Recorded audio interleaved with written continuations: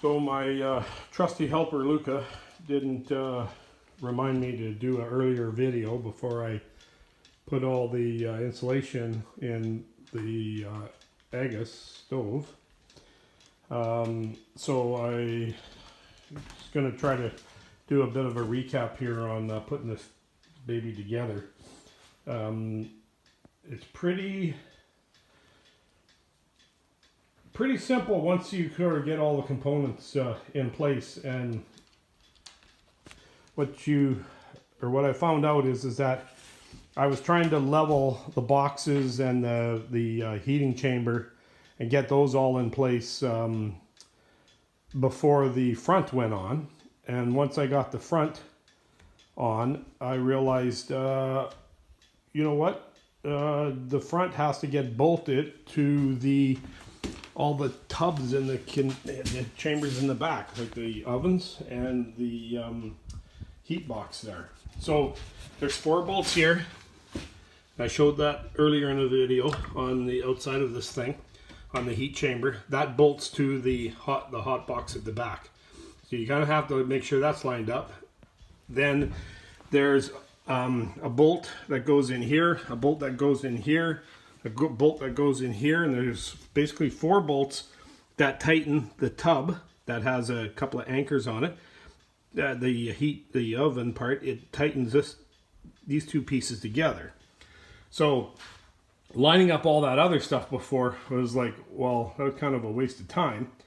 I should have just figured out how to. I should have done a larger dry fit, I guess is what I'm saying. Anyways, the stove so far is pretty much all together. It's lined up not too bad. There's a couple of points here that I don't think are exact, but it's as good as I can get it. There's a little bit of gasket showing here that squeezed out on me, and that's the gasket I have on this side. Here I just have a high temperature heat caulking stuff in there because I didn't have any string gasket that came with the template or the schematic, blow-up schematic that I got. So the chimney and the exhaust vent is all bolted in.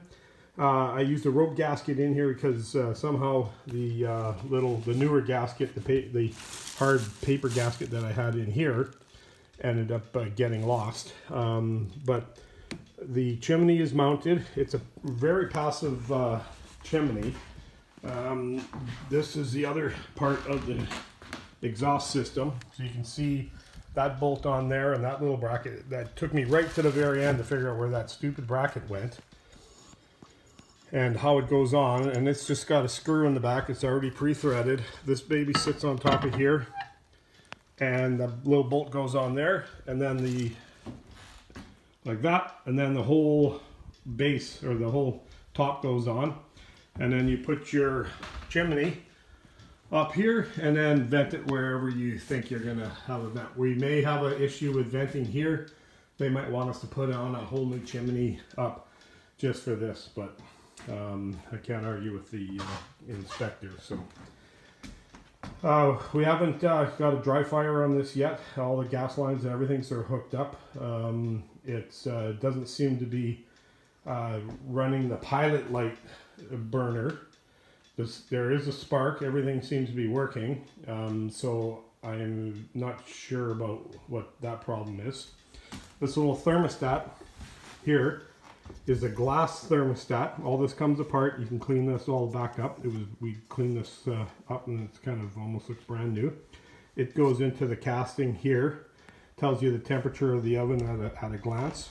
Then right in here, there's a pipe that goes all the way, a conduit that goes all the way through there down into here, and it's this thing here that senses the temperature of the oven from up here. You can see right up there, that's where the thermostat up top is just up in this corner. These adjustment bolts, I can't figure out how these do anything other than just keep the weight on this thing transferred to this, and to keep it completely off of the base of the box there. I wasn't able to figure out how to get that to level or move or do anything. So I probably did something wrong in having these two mounted. I tried loosening them, the ones that attach to the ovens and the hot box or the hot bell. So I tried loosening those and I tried adjusting these, and right now I think this hot box is a little bit closer here than it needs to be. So although I used the new gasket in here, it probably, a rope gasket might have been better because it would have separated it a little bit and got this bin bucket over this way a bit. I used the extra roping around the two cast heat transfer box that goes underneath the oven here. And just to seal it up to keep this vermiculite or whatever this stuff is, I don't know. For all I know, I'm going to be dead from asbestosis here in a couple of years. But anyways, everything else is sort of hooked up. Still pretty impressed with the engineering on this baby. There's not a thing on it that I was sort of saying, well, why did they do that? I think the guy that designed it was a whole lot smarter than me and did a pretty amazing job. So on the top surface here, on top of the, I'm just going to cover it with fire rated rock wool, and that just gives you a little cleaner finish and holds back some of this dust creating stuff, and then it'll seal right to the lid a little bit better. And I think that way you cut around the tub here, and you keep that a little cleaner line, and you're not having this stuff here leak out of your cooking area and stuff. So for now, that's about all I can say or do about this. I had to put a couple of blocks of wood behind the back stove shield in order to keep it from bulging out when I was putting the insulation in. And then the top itself will hold it once it gets mounted on there. So right in the back here, I'll pack the rock wool so we can't get anything sneaking or coming out of there. And I'll pack it around here. I may put a little bit more of the insulation right up level to here, and then just use the rock wool on the top casing. Anyways, we'll see how we do on getting the rest of it hooked up, and have a good day.